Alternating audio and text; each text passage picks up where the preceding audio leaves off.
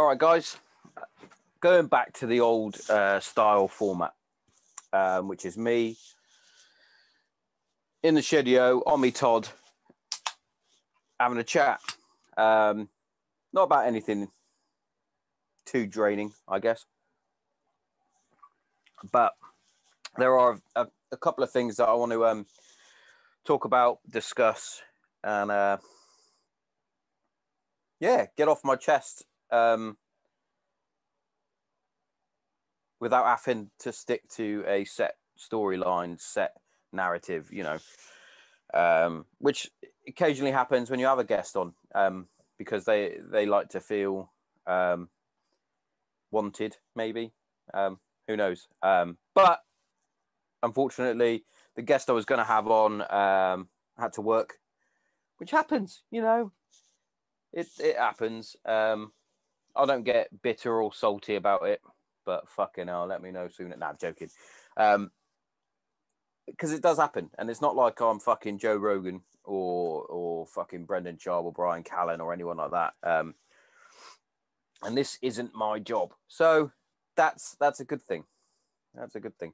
One thing I do want to talk about though, before I get into the meat of the of what I want to talk about today, is obviously the the RAF Regiment incident that has taken place in regards to the 81mm mortar going up someone's arse. Yeah. For a start, all for initiation ceremonies, all for it. But I know boys will be boys, but come on. Porno laughs aren't funny.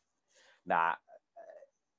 It's a group of fucking squaddies, and everybody knows that the mortar flight is the dregs of the squadron. And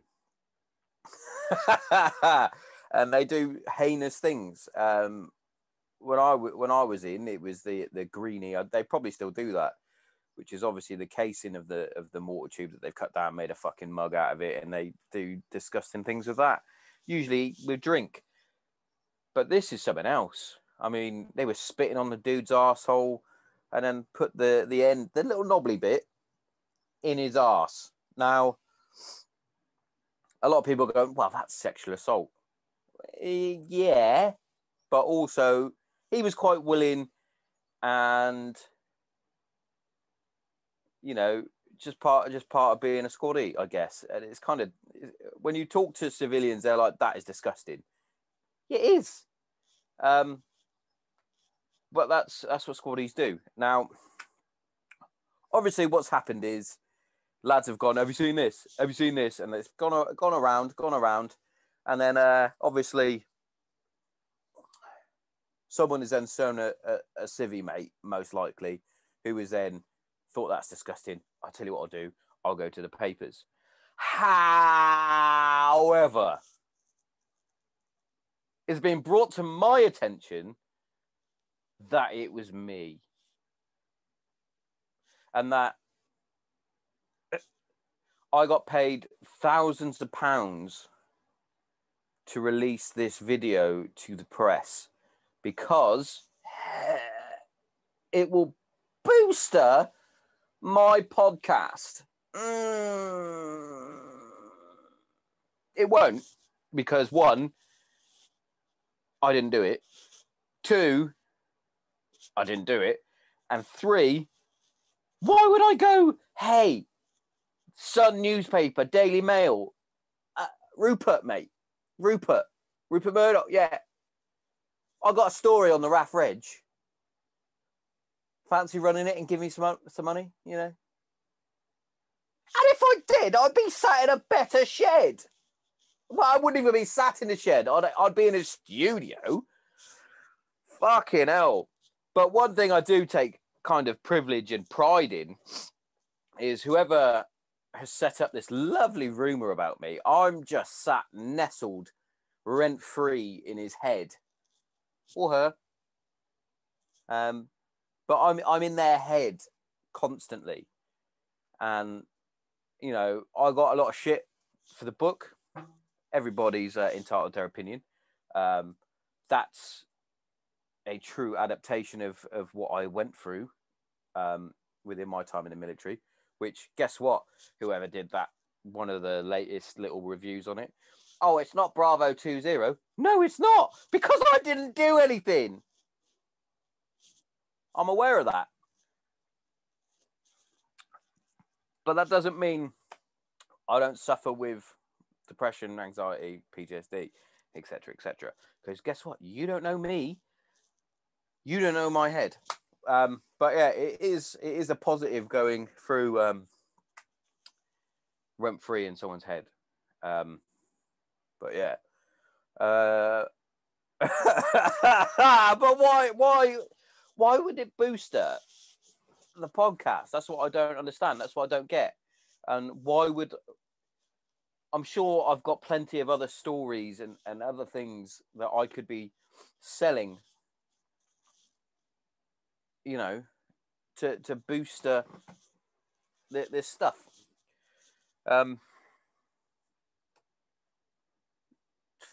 Fucking beyond me. But anyway, let's get down into the meat and potatoes of the podcast. What I really want to talk about. But first up, I just want to do a quick shout out to a lost friend. It's now been 5 years since he tragically took his own life, which is one of the reasons why I'm going into the subjects I'm going to go into in this podcast. So 5 years ago, a good friend of mine, who I served with on 15 Squadron, took his own life. Couldn't deal with the demons and the issues that he had in his head. And tragically, it took its toll, and he made the ultimate sacrifice, and left 2 sons behind, unfortunately. But again, that is the nature of mental illness, mental health. It makes you do drastic things to get out of the pain. So a quick fucking rest in peace, you might want to say, to Sai. It's been 5 years, and you know, you're still loved, you're still missed by everybody that you touched and were in their life. So yeah, I hope you're at peace now out there. But yeah, so also this week I watched a documentary on mental health and suicide with Roman Kemp, who's the DJ on Capital, I believe. And it fucking hit home. A lot of things that he was talking about, that he was saying, really struck a nerve, really got to me. And for me, you know, the darkness, when I right now, I want to just clarify this is my own personal experience. This is not how everybody feels when they have it. This is not how it affects every single person. This is how it affected me, and this is how I went about trying to change different things to try and block it out or recover, etc., etc. So again, this is very personal to myself. This isn't about anybody else. So yeah, I have always been quite a happy chappy. I may look grumpy and sort of standoffish, but I've always been quite happy. I enjoyed being part of jokes, doing jokes, having a laugh, that sort of thing. You know, like normal people do. But I always had that sort of that switch. You know, growing up, I saw a few things that I didn't really want to see, that I won't discuss, and I will never discuss on the show, in a book, or in a documentary, because that's not fair. But I saw a lot of things that a boy shouldn't see. And yeah, I've always been quite sensitive, quite emotional. And then if you fast forward to me leaving the military, that's when it all started clicking in, and I was starting to develop a lot of different emotions that I didn't really know how to cope with or deal with, and that's what I refer to as the darkness, or you could call it the darkening. So basically, I got very frustrated. I got very angry. I would get upset. The anger and the frustration were taken out on those closest to me in the household. And it was the missus that first noticed that sort of thing. She was like, "You're becoming quite angry for no reason."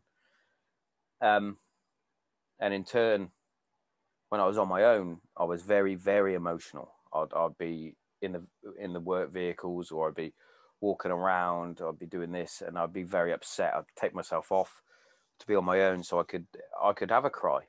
You know, I'm not afraid to fucking say it. I'll take myself off and have a cry. And the thoughts and feelings that would spin around in my head are basically, you're not good enough. You're a shit cunt. You shouldn't be part of anything. Look at what you were, and now look what you are. You're weak. You're a disgrace. That is some of the things that would come through my head. And I started to feel as though I was a burden to the family. And when those sorts of feelings start creeping in, that's dangerous territory, because you then start to feel that if you weren't around, everybody else would be happier because of the shit that you put them through. When you're always sad, when you're not always sad, when you have all these thoughts and feelings that are inside that are hidden behind these fake smiles, these fake laughs. On the outside, you're looking quite happy, quite chirpy. On the inside, it's eating away at you, and it's draining. It's knackering. It's tiring. It's all that. It makes you very fatigued. Now, you're constantly going through a battle of, I need to look happy. I need to feel happy. But then you've got fucking Mr. Niggle in your fucking ear going, "You're shit. You're just this. You're a piece of shit. Your kids are going to grow up and think, what the fuck are you? You're just a horrible person. You're crap at your job. And those sort of negative thoughts and feelings are constantly chipping away at you. And it's draining, like I said. And then you get to nighttime and you can't sleep. So you wake up, you're fucking grumpy, you're angry, you can't get through it. You're like, fuck this. You're snapping at your kids, you're snapping at your missus, you don't want to see your friends, you don't want to see anyone. You want to just be left alone in your fucking little box, and you want to cry, you want to fucking shout, you want to scream. But also, you do want to tell people. You do. Well, I did. However, how can you tell your mates that you're struggling? You don't want to tell your mates that you're struggling. You want to still be the life and soul of the party. You want to be no Tommo, no party. But that's the thing.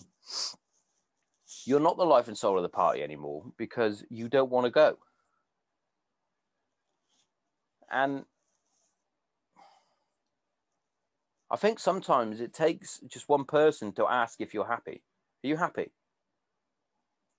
I know a lot of people say, ask them if they're okay. Sure. However, you'll get the response, yeah, I'm fine. I'm fine. I'm fine. I'm fine. Tommo, mate, you happy? Yeah. No, mate, seriously, are you happy? Are you all right? Ask a couple of times. Eventually, they'll either say, yeah, mate, I'm happy. I'm just having a bit of a shit day. Cool, man. Let me know if you need anything. Or it'll be a fucking unload of emotions, thoughts, feelings, all that negative stuff will just flood out. What I didn't do was that I didn't talk to anyone. my old man has said to me, he said, Sean, you, I didn't know you were struggling. Yeah, because I'm a fucking good actor. Nah, it's because I hid it so well. Mum didn't know. Mrs. knew, but didn't really know the extent of the fucking negativity that I had. And yeah, I can admit it. There were times where I didn't want to be here anymore. And I toyed with the idea, especially when I was going through, before I got on my medication to help balance. I was going through a very tough time with the online abuse that I got, and still get. And mainly because I was being told that I was a liar, I was a fake, I was making it up, etc. And that fucking hurts. That really does hurt. And when you're in a time and you're struggling, and then you get that, you're like, what is the fucking point? You know, at this moment, I had started the podcast and it was going all right. I was sort of talking about it, but then I was also getting all this fucking right flanked, coming in fucking hot. Tommo, you're a fucking fake. You're a fraud. You're playing on mental health. You're playing on your mate's death so that people feel sorry for you, that they'll listen. You're doing it for listens. I'm not. But yeah, I was toying with the idea that fuck it. If people actually think like that, I'm a burden to everyone. I'm a burden to my missus. I'm a burden to my kids. And I toyed with the idea of just end X. And it wasn't until I spoke with my brother and Kate properly, and then in time to Al McGregor at Inner Armour, how important it is to express, and it's that old saying, a problem shared is a problem halved, etc., etc.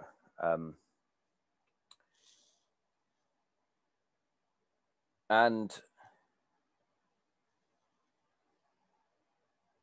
finally being able to talk more openly about my problems, starting to ignore the haters, the trolls, the cunts that don't believe you, start to lead a more happy, exciting sort of life. I felt that I was helping more people. I helped Steve Nichols, who was on the Lad Bible. He's been on the guest a couple of times. He has now started his own podcast, Veteran Opinion, and lots of things like that. And just knowing that you could help one or two people just because you've shown a bit of courage, a bit of strength to actually talk about it. Now, that's a massive thing, right? Because at the moment there's a big drive for mental health awareness, suicide awareness, PTSD awareness, depression awareness, all these different things. Now there's a huge drive for it. We see it in the papers, we see it on news clips, on columns. There's loads of things online. BBC have even got a fucking dedicated part to their website. But yet, there are still people out there that like to troll and make people feel like shit. Because they can't see this, so they automatically assume that somebody is faking it, making it up. Instead of being tolerant to it, they're very negative towards it. Now, I don't know if this is because they're going through their own sort of issues, dramas, conflicts within their own mind. Quite possibly. Or it could be that they're just a bad person. I hope not. But again, I don't hold a grudge on anyone that's said this shit to me, because at the end of the day, they're not going to affect me anymore. Because what happens when you're in a dark place is that you absorb all this negativity, and then it makes it all worse. By talking about it, by sharing it with someone else, you're helping to spread the darkness a little bit. And once you spread it thin, you can able to get a bit of light through. If you always go into dark situations within your mind with some light, you'll always get out of it. Always. For me, it's my kids. You know, as much of a burden as I thought I was, I would hate for them to grow up without me or have another man raise my kids, because that fucking hits hard to me, because I want to be the best dad that I can be. Now, that also being said, me having mental health issues was always driving me to be angry and be the dominant disciplinarian of the family, which I still sort of do that now, but I also aren't quite as explosive as that I have been. I take a little bit more of a moment. Yes, if they're being little shits, I will fucking raise my voice. But yeah, they those two little angels that I have in the house, that's my light. Other people have other things. But those two are. And what I do now is I don't hide away from my issues with them. I let them know exactly what was going on or has been going on, because I think that the kids today, knowing they'll be able to see different signs and be able to help. Now, kids are wonderful things, but they're also very sensitive and very absorbent. So you got to be careful with certain things that you tell them and show them, because that could then affect them. Now, the school that my girls go to have an amazing little thing that they do. They have a well-being day, which is every Wednesday at the minute, where they talk all happy, positive things. They discuss different mental health issues, and they learn different things. A bit like, I don't know if this is 100% true or it could be bro science, but I'm going to use it anyway. My eldest told me that the characters within Winnie the Pooh, you can get a line between different mental health issues. Winnie the Pooh has an eating disorder. He eats a lot. Gluttony, maybe. You've got Eeyore. He's got depression. Piglet, anxiety. Tigger, ADHD. Christopher Robin has another one. I don't know, schizophrenia maybe, because he's playing with toys.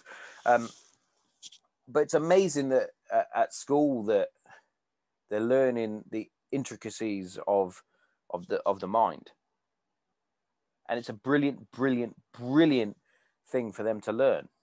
It fucking is. Because when I was at school, I just thought someone who was depressed was just sad. Oh, sad. But there's so much more into it. And it's the same with things like PTSD.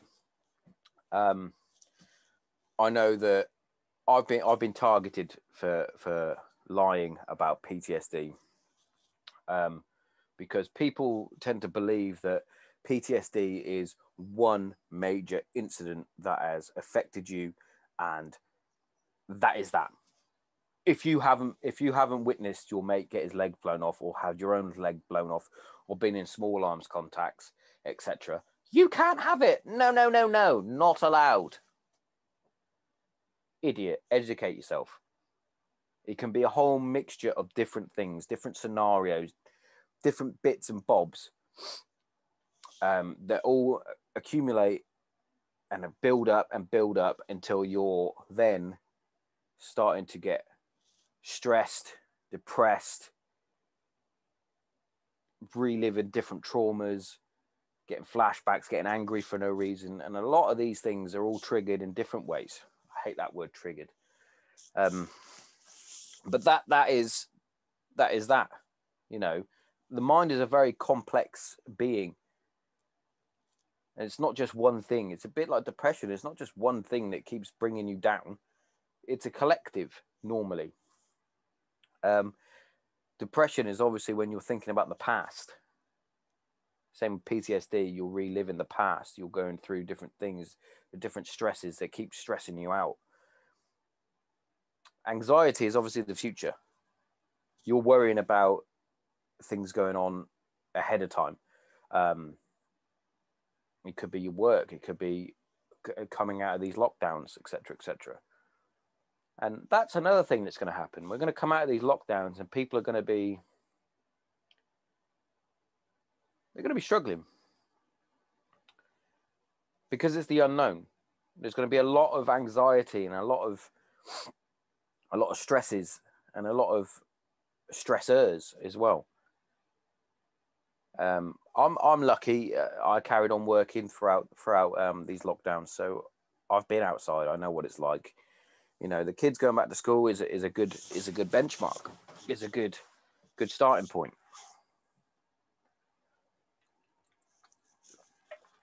But things like my missus, she's a hairdresser, so going back to work in a close environment, touching people's heads, getting close to them, you know, yeah, they're gonna still be wearing masks, but still, you don't know this person from Adam usually, and yeah, I can see a lot of issues. They're gonna start spiking up, and people keep saying that as a talking point is the mental health around all these lockdowns. Is it helping people? Probably not, because you get that that claustrophobic sort of sensation that you're stuck in a house and you want to get out. And then there's the other health benefits that why aren't the gyms open if the schools are open, etc. They are going to be open. It's going to take time, and I know people are fighting for it, but we're coming out of it. We're coming to the end of it, which is a good thing. It fucking is. It is a fucking good thing, and I can't wait. I just want everybody to know that if you are struggling, you are in dark places, you are suicidal, fuck it. If you are suicidal, you're having suicidal thoughts, you're in a really bad place within yourself, depression, you could have PTSD, or you could be extremely anxious about the next day. Granite Zero is always here. We're not a fucking charity or anything like that. We're just a simple podcast that was designed to get myself through my mental health challenges. Now, a lot of people don't like that. That's your opinion. But what I'm trying to say is that the DMs are always open.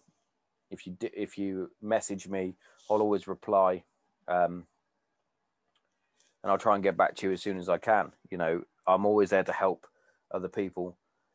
But that also being said, you've got to look after number one, guys. You've got to look after yourself and try and get yourself through these things.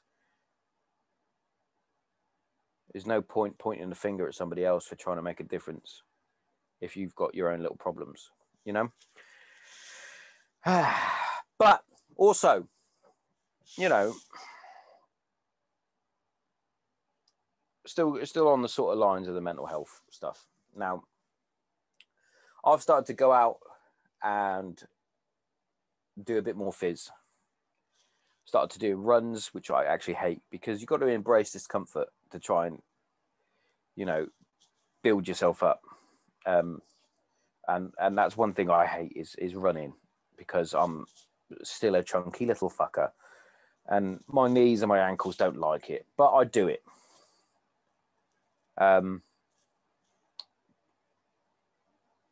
Also doing different things with kettlebells and stuff like that. It's obviously all going to be better when the gyms are open.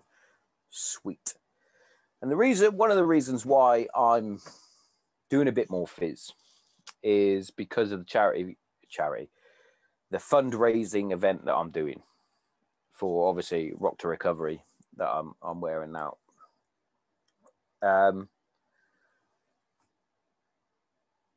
And I find that if I have a set goal, a challenge, an event, anything like that, I will train better and harder and get more results. So that's a little thing that you need to think about, is setting yourself little goals with your phys. Increasing your 1 rep max, dropping a dress size, etc., etc. If you have goals and challenges, you'll get better results. If you're just plodding along to the gym, you won't get very good results. You'll get shit results. But yeah, going on to onto the football match.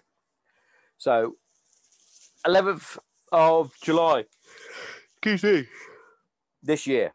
Woo! Finally, it was supposed to be last year, but it's not. It's this year, 2021, 11th of July.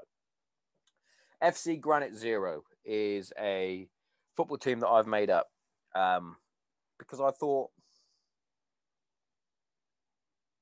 having a challenge that isn't just solely on me is going to be fucking good. And a bit of morale, a bit of fucking team bonding, etc., etc., is going to be fucking brilliant. So FC Granite Zero is made up of military veterans, mainly from the RAF Regiment, I must admit. Serving Met Police and a paramedic as well. And then a couple of guests from the Granite Zero podcast. And what we're doing is we're taking on a Tottenham Hotspur Legends team. And I think it's going to be good. It's going to be held at the Gallagher Stadium in Maidstone. Now, it's roughly 4,200 people can go in the stadium. Alley as fuck. I think it's going to be a good fucking day. Originally, we were going to do it for 2 charities, Mind and Rock to Recovery. We then changed it to Mind Soldiers and Rock to Recovery, and now it's simply just Rock to Recovery. The reason for that is I messaged and spoke to members of Rock to Recovery who were very quick to engage and get back to me. Sent the team out some T-shirts. We're getting a banner. And they're very excited for us to be raising funds for their cause, which I'll get to in a minute. The other 2 just completely chinned me off. I'm aware that Mind probably has a lot of different events going on for them.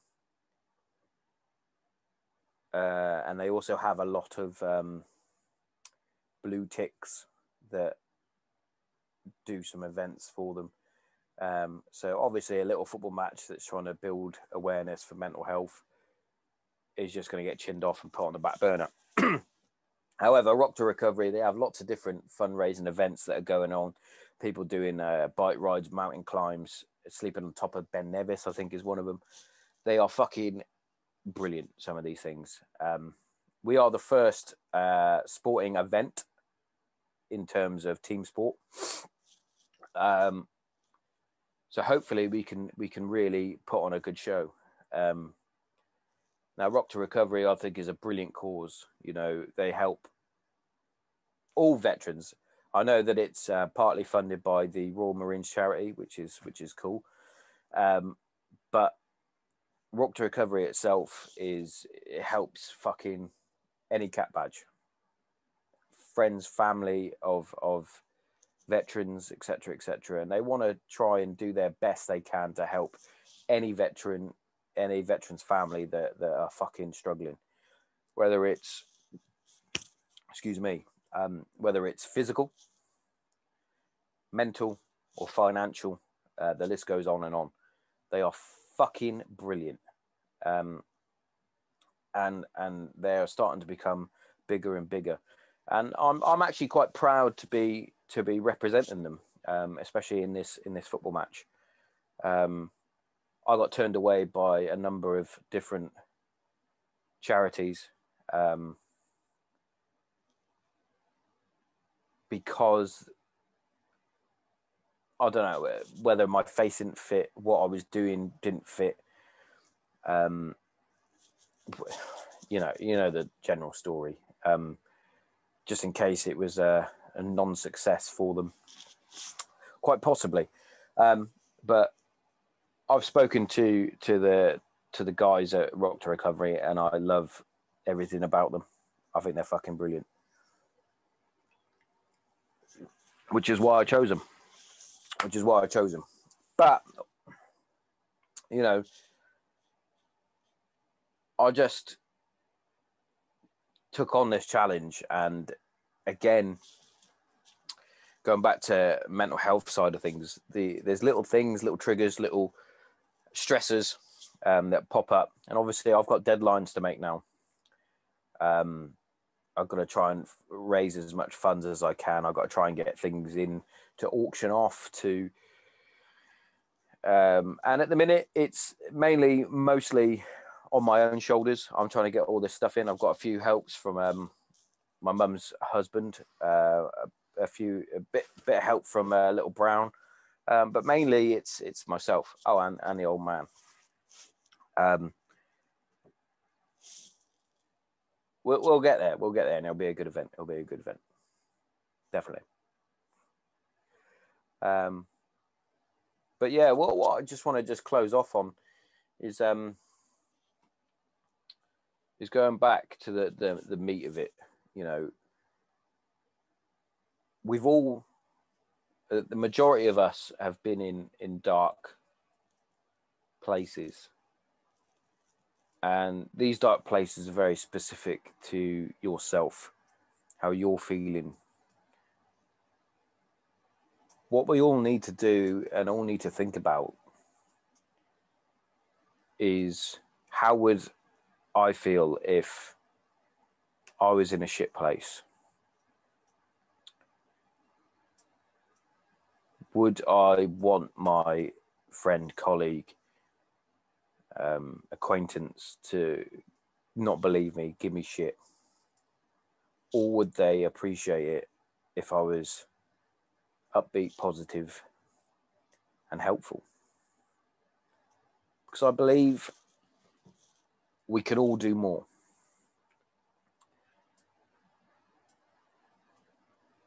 Especially to our friends, family. Just to check in, make sure everybody's okay. But don't just check in once, you've got to check in multiple times just to make sure. And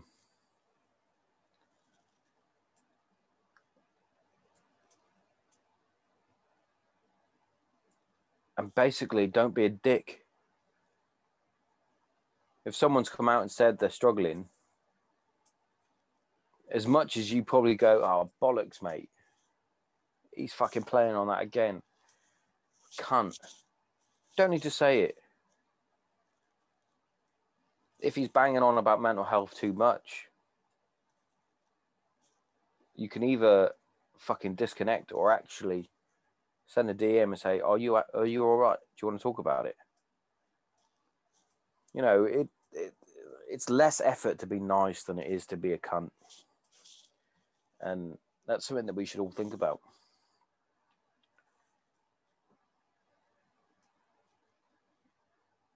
We're all in a shit time. We're coming to the end of it. Let's not use these platforms, these social media platforms, to be a dick. Just be fucking nice. You know, yes, there's been a couple of high profile things. You had Caroline Flack took her own life, dead, because she was hounded by trolls and the media. Then you had Meghan Markle, had a bad mental health experience where she wanted to end her own life while she was pregnant. Said it out loud, hounded by the media because they don't believe her. Okay, that's your opinion that you don't believe it. Doesn't mean it isn't happening. You don't need to hound the person. Just leave them alone. Let them be surrounded by people that care about them to get them through it if they have got it. You know, we've got these two high profile people that people can see and people target them. What they don't see is people in the background, like your mate down the road, who is really struggling. He's having some really bad down days. Fucking shit state. When he's on his own, shit state. And then he reads your comment on Facebook, because you're actually friends. You're not friends with Meghan Markle. About Meghan Markle lying about it. Fucking, he reads it. And then he thinks that you don't care. And that is the tipping point. And he takes his own life. And then the next day, you find out that your friend has taken his own life. And then you put up a status saying, be kind. It's so sad. But really, you could have been one of the catalysts to it because of your negative comments on Facebook or Twitter or Instagram.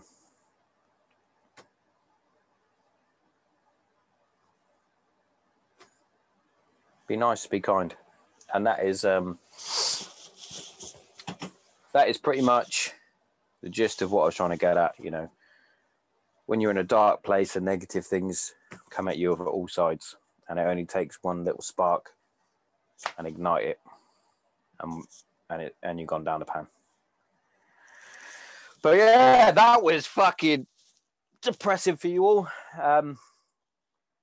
But yeah, I'd like to just quickly shout out to everybody that follows, listens, subscribes to the Granite Zero podcast, because it actually means a lot to me that you take your time to come out and listen to me ramble on, especially when I'm doing a lone wolfer.